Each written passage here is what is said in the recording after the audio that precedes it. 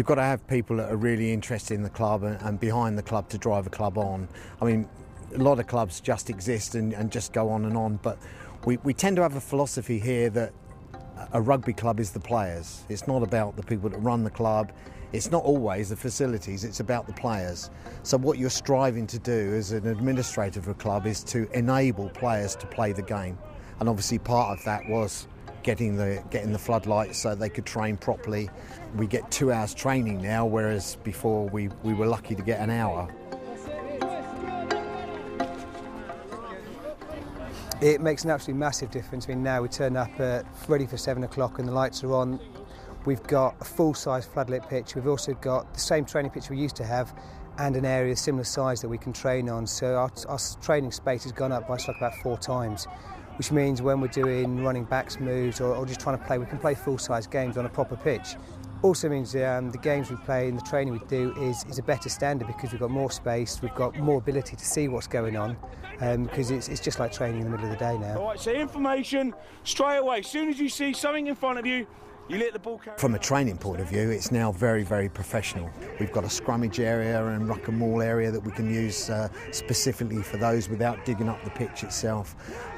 It's just put us more on a professional basis. For a small club, it's absolutely ideal. I put my head to one side, I'm using his body weight, I'm going down over the top. I'm using his momentum rather than trying to knock him backwards, yeah? Okay, if you try that. I think what we're trying to achieve here from a coaching point of view is basically to improve the standard of coaching that we deliver, to make sure that we are delivering a consistently high level of coaching, to make sure that the kids are enjoying themselves and that the coaches are enjoying themselves, really. How do you think that felt?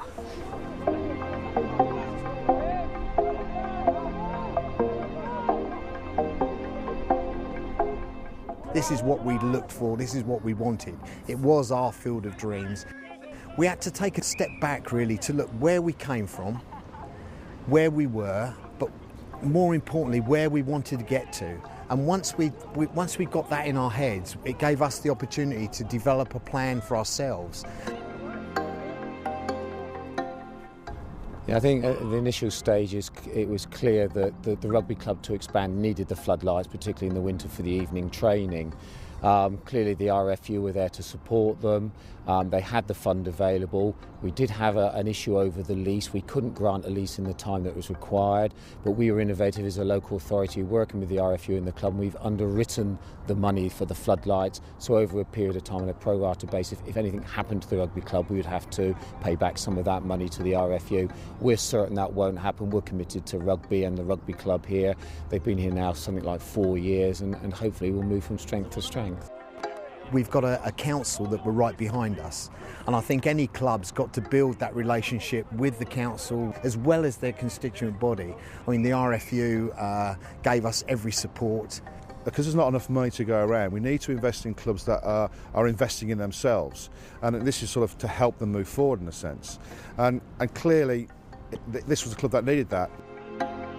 The way that we worked this project was to ask the local people to identify clear needs at their clubs, and that's where the project at Aldershot and Fleet has come out of. My view to everybody is, if you need the funding, be creative, work with your partners and try and pull that into your local areas. Engage! 1, 2, 3, 4, squeeze! Ready, now! We now feel that we're part of the community. You know, we do odd things for charity and things that sort of help keep us within the community, and it makes us feel that we're giving something back that's being given to us.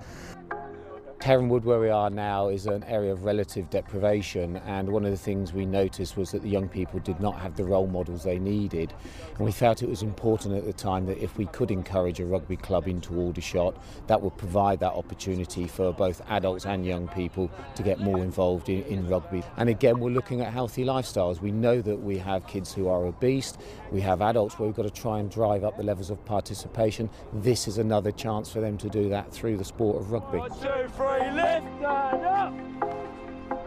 the quality of training has exceeded all our expectations. It's also given us a facility to be able to entertain youngsters. We've held schools tournaments here, and we wouldn't have been able to do that before, which has encouraged youngsters to the club.